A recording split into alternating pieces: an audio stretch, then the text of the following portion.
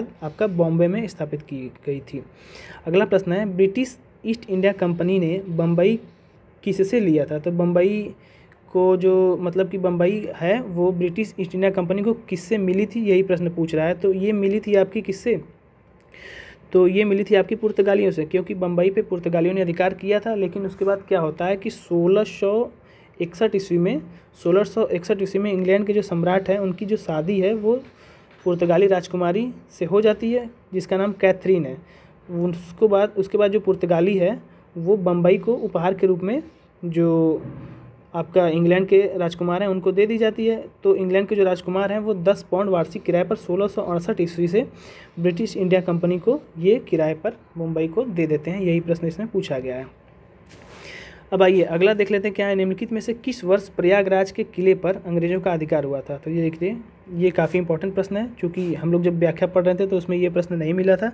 तो इसको आप लोग ध्यान में रखिएगा कि अवध के जो नवाब है शहादत अली 1797 ईस्वी में प्रयागराज मतलब जो इलाहाबाद का वो किला है वो अंग्रेजों को सौंप दिया था। तो इसकी डेट इसमें मुख्यतः पूछी गई है, कब की गई? तो 1797 ईस्वी में। कब? 1797 ईस्वी में। काफ़ी इंपॉर्टेंट है, इसको आप लोग ध्यान में रखिएगा। अगला देख लीजिए क्या है। चलिए तब अगला प्रश्न देख लेते हैं, क्या है कि ईस्ट इंडिया कंपनी के किस अंग्रेजी गवर्नर को औरंगजेब के द्वारा भारत से निष्कासित कर दिया गया? तो जॉन चाइल्ड आप लोग इसको काफ़ी आराम से याद कर सकते हैं कि जैसे बच्चा है, इससे गलती हो गई तो इसका नाम जॉन चाइल्ड है, इसको आप लोग ध्यान में रखिएगा। तो इसको जो औरंगजेब है उसके द्वारा भारत से निष्कासित कर दिया गया था, क्योंकि ये जो भारत से हज यात्री हैं उनको हज यात्रा जाने के लिए जो दिक्कतें होती थी ये दिक्कत कर देता था। मतलब कि जॉन चाइल्ड नाम का जो अंग्रेज अधिकारी है वो दिक्कत कर देता था, इसीलिए इसको औरंगजेब ने भारत से भगाने का आदेश दे दिया था। इसी के बारे में इसमें पूछा गया है। अगला प्रश्न है कि निम्नलिखित में से प्रथम कर्नाटक युद्ध का कौन सा तात्कालिक कारण माना जाता है? तो भारत में तो कोई मजबूत कारण नहीं मिलता, लेकिन एक तात्कालिक कारण माना जाता है, उसको पूछ रहा है कि वो कौन सा है। तो क्या आप इसमें चारों ऑप्शन दिए गए हैं, उसको पढ़ना बहुत ज़रूरी हो जाएगा। तो पहला ऑप्शन पढ़ते हैं कि अंग्रेज और फ्रांसीसियों के बीच प्रतिद्वंदिता, तो ये इसका सही उत्तर नहीं हो जाएगा। ऑस्ट्रिया की राजगद्दी की जंग भारत में तात्कालिक पूछ रहा है, तो ये भी तात्कालिक नहीं हो जाएगा क्योंकि ये यूरोप में हुआ था। लेकिन इसका तात्कालिक कारण क्या है कि कर्नाटक की राजगद्दी का जो मामला है वो, तो ये भी गलत हो जाएगा। अगला है कि अंग्रेजों के द्वारा फ्रांसीसी जहाज़ों का अधिग्रहण कर लिया गया था, तो जो ये आपका डी वाला आंसर है वो सही हो जाएगा, क्योंकि हम लोग जब व्याख्या पढ़ रहे थे तो इसका जो तात्कालिक कारण है वो इसमें बताया गया था। चलिए अगला प्रश्न देख लेते हैं, क्या है, कर्नाटक युद्ध किन किन के मध्य लड़ा गया था? जो कर्नाटक युद्ध है वो किन लोगों के बीच में लड़ा गया था ये पूछ रहा है। तो ये आपका सिंपल सा आंसर है कि अंग्रेज और फ्रांसीसियों के बीच में लड़ा गया था। यूरोपीय युद्ध था, यहाँ पे कोई तात्कालिक कारण वही अंग्रेजों के द्वारा उनकी जो जहाज़ है उस पर अधिकार कर लिया गया, यही तात्कालिक कारण माना जाता है। लेकिन ये बीच में किसके हुआ था? तो अंग्रेज और फ्रांसीसियों के बीच में हुआ था। इसको आप लोग ध्यान में रखिएगा। अगला प्रश्न है, 2 सूची दी गई है उसमें आपको मिलान करना है। तो देखिए, प्रथम कर्नाटक युद्ध होता है, तृतीय कर्नाटक युद्ध, द्वितीय कर्नाटक युद्ध और प्रथम मैसूर युद्ध। तो इसके बारे में हम लोग व्याख्या में नहीं पढ़े हैं, तो इसको हम लोग इसकी जो व्याख्या है उसको भी थोड़ा देखेंगे। लेकिन व्याख्या देखने से पहले इस प्रश्न को हम लोग सॉल्व कर लेते हैं, क्या है इसका उत्तर सही। तो देखिए, प्रथम कर्नाटक युद्ध ये आपका चला जाएगा एक्स-ला-सापैल की संधि से समाप्त होता है, और तृतीय कर्नाटक युद्ध आपका पेरिस की संधि से समाप्त होता है। द्वितीय कर्नाटक युद्ध आपका अनिर्णायक होता है, और प्रथम मैसूर युद्ध जिसमें आपका ब्रिटिश की हार हो जाती है। तो ये इसकी जो है कि सूची मिल गई है। आइए इसमें थोड़ा उत्तर देख लेते हैं, क्या है प्रथम कर्नाटक युद्ध, मतलब कि ए में 4 जाएगा, तो ए में 4 केवल सी में दिया है, तो इस प्रश्न का जो सही उत्तर है वो आपका सी हो जाएगा। अब आइए आगे देख लेते हैं, क्या है आगे है, निम्नलिखित में से कौन सा एक सही सुमेलित नहीं है? तो 4 कथन दिए गए, इसमें बताना है कि कौन सा एक सही सुमेलित नहीं है, क्योंकि इसमें मुख्यतः डेट पूछ रहा है कि जो युद्ध हुआ था उसका मुख्यतः डेट क्या है। तो कर्नाटक का प्रथम जो युद्ध हुआ था उसकी तारीख इसमें बताया गया कि 1746 से 48। दूसरा क्या कह रहा है कि कर्नाटक का द्वितीय युद्ध 1750 से 52, कर्नाटक का जो तृतीय युद्ध है 1758 से 1763, और अगला इसमें ऑप्शन दिया है कि पानीपत का जो तृतीय युद्ध है ये 1761 ईस्वी में हो जाता है। तो देखिए, इसका सीधे सीधे हम लोग उत्तर देख लेते हैं। कर्नाटक का जो प्रथम युद्ध है वो आपका 1746 से 48 में होता है, और फिर कर्नाटक का जो दूसरा युद्ध है 1749 से 1754 में होता है, लेकिन उसमें दिया था 1749 से 1752 में, तो वही उसका जो बी आंसर है वो गलत हो जाएगा। अगला है कि कर्नाटक का जो तृतीय युद्ध है वो 1758 से 1763 ईस्वी के बीच में होता है। पानीपत का तृतीय युद्ध जो 1761 में होता है, ये भी आपका सही हो जाएगा। अब आइए आगे देख लेते हैं क्या निम्नलिखित में से कौन सा प्रथम यूरोपीय शक्ति था जिसने भू क्षेत्र अर्जित करने के उद्देश्य से भारतीय राजाओं के झगड़ों में भाग लेने की जो नीति अपनाई थी। तो हमने अभी डुप्ले के बारे में काफ़ी अच्छे से आपको बताया है, तो इस प्रश्न का जो उत्तर है वो डुप्ले हो जाएगा। लेकिन वहाँ पे देखने से पहले हम लोग यहाँ पे भी थोड़ा सा इसकी जो व्याख्या है उसको देख लेते हैं क्या है।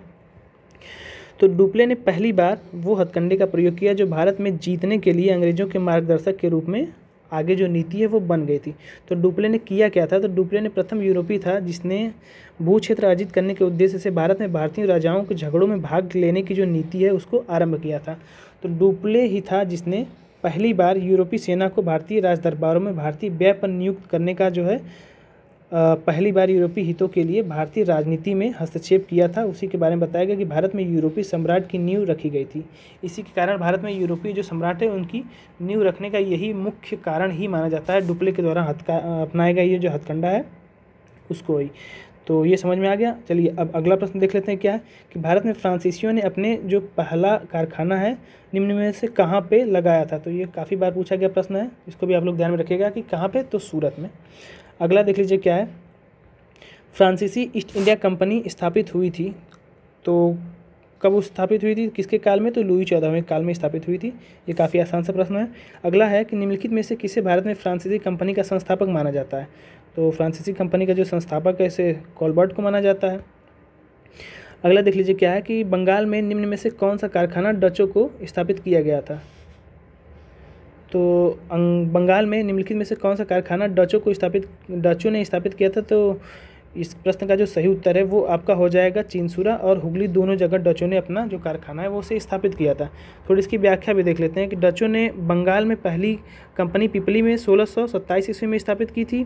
उसके बाद इसने कुछ ही दिनों के बाद डच जो है पिपली से बालासोर चले गए। उसके बाद क्या होता है कि बंगाल में डचों ने 1635 ईस्वी में अपना कारखाना स्थापित किया था, जबकि 1656 ईस्वी के बीच कुछ समय तक ये हुगली में फैक्ट्री का संचालन किया था। और 1656 ईस्वी के बाद हुगली के ही एक गांव में चिंसुरा में 1653 ईस्वी में स्थापित फैक्ट्री डचों के व्यापार का एक मुख्य केंद्र बन गई थी। तो 1653 वाला ये जो आपका चिंसुरा में स्थापित की गई थी, इसको आप लोग ध्यान में रखिएगा, काफ़ी इंपॉर्टेंट है। अब आइए अगला प्रश्न देख लेते हैं क्या है कि डच ईस्ट इंडिया कंपनी ने किस वर्ष अपनी फैक्ट्री पटना में स्थापित की थी। तो पटना में अपनी फैक्ट्री स्थापित की थी 1632 ईस्वी में। तो पटना के बारे में आप लोग जानते हैं कि मुख्यतः यहाँ पे अफीम और सोरो के व्यापार के लिए बिहार काफ़ी प्रसिद्ध था। तो यही पूछ रहा है कि डच जो है अपनी जो पहली फैक्ट्री पटना में स्थापित करते हैं, कब करते हैं, तो 1632 में। काफ़ी इंपॉर्टेंट प्रश्न है, इसको आप लोग ध्यान में रखिएगा। अगला देख लीजिए क्या है, फ्रांसीसी दक्कन में शक्ति आंदोलन स्थापित करने में असफल रहे। जो फ्रांसीसी हैं वो दक्कन में जो है कि अपना आंदोलन मतलब कि अपनी जो कंपनी है उसकी स्थापना करने में असफल रहे हैं, उसको पूछ रहा है किस कारण से। तो इसमें मुख्यतः कारण ये है कि अंग्रेज़ों की जो फ़ौज थी वो काफ़ी मजबूत थी दक्कन साइड में, इसीलिए जो है अंग्रेजी जो है शक्ति मतलब कि फ्रांसीसी जो है शक्ति वो अपना स्थापित करने में मतलब कि अपनी जो आंदोलन है उसको स्थापित करने में काफ़ी मशक्क़त करनी पड़ी थी, मतलब नहीं हो पाया था, मुख्यतः हो ही नहीं पाया था। इसीलिए पूछ रहा है कि किस कारण नहीं हो पा रहा था। तो कारण यह है कि अंग्रेज़ों की जो सेना है वो काफ़ी मजबूत थी। चलिए अब अगला प्रश्न देख लेते हैं क्या है कि निम्न यूरोपीय शक्तियों ने भारतीय व्यापार में समय समय पर प्रवेश किया है। तो सबसे पहले कौन भारत में आया था, क्रोनोलॉजी हमने आपको बता दी है। तो इस प्रश्न को आप लोग अपने से सॉल्व कर लीजिएगा। वैसे इसका जो उत्तर है वो कौन सा हो जाएगा, सबसे पहले आपका इसमें आएंगे पुर्तगाली, फिर आएंगे डच, फिर आएंगे आपका अंग्रेज़, फिर आएंगे फ्रांसीसी। तो अगला प्रश्न देखते हैं क्या है। अगला प्रश्न है सूची 1 को सूची 2 से सुमेलित करना है। तो इसमें पौंडीचेरी दिया है, गोवा, ट्रावणकोर और मद्रास दिया है, और यहाँ पे जो कंपनी है उसका नाम दिया है। तो इसको आप लोग मिलान कर लीजिएगा, काफ़ी आसान सा प्रश्न है। इसकी जो व्याख्या हमने ऊपर काफ़ी अच्छे से पढ़ ली है। चलिए अगला प्रश्न देख लेते हैं क्या है, उस क्षेत्र की पहचान करें जहाँ से यूरोपियों को सर्वोच्चतम सोरा और अफीम प्राप्त होता था। तो इसको भी देख लिए हम लोग। प्रश्न इसका उत्तर जो सही है वो बिहार हो जाएगा। अगला देख लीजिए क्या है, अंग्रेजी शासनकाल में भारत का कौन सा क्षेत्र अफीम उत्पादन के लिए प्रसिद्ध था। वही प्रश्न घुमा के फिर पूछा गया। अगला क्या है कि निम्नलिखित में से यूरोपीय में से कौन सा एक स्वतंत्रता के पूर्व भारत में व्यापारी के रूप में सबसे अंत में आया। तो सबसे अंत में आपका कौन है, तो सबसे अंत में फ्रांसीसी आए आपका 1764 ईस्वी में। अगला प्रश्न देख लीजिए क्या है। अगला है निम्नलिखित में से किस स्थान पर डचों ने अपने व्यापारिक अड्डे स्थापित किए थे। तो डचों ने सबसे पहले अपना व्यापारिक अड्डा इन सभी जगह पर स्थापित किया था। इसका नाम आप लोग पढ़ लीजिएगा। इसका जो उत्तर है वो सही हो जाएगा चारों। आगे देख लीजिए क्या है, निम्नलिखित में से किस निम्नलिखित कथनों पर विचार कीजिए। क्या है, 3 कथन दिए गए, इसमें बताना है कि कौन सा अंग्रेजों की भारत की देन मानी जाती है। जैसे कुछ इसमें आविष्कार बताए गए हैं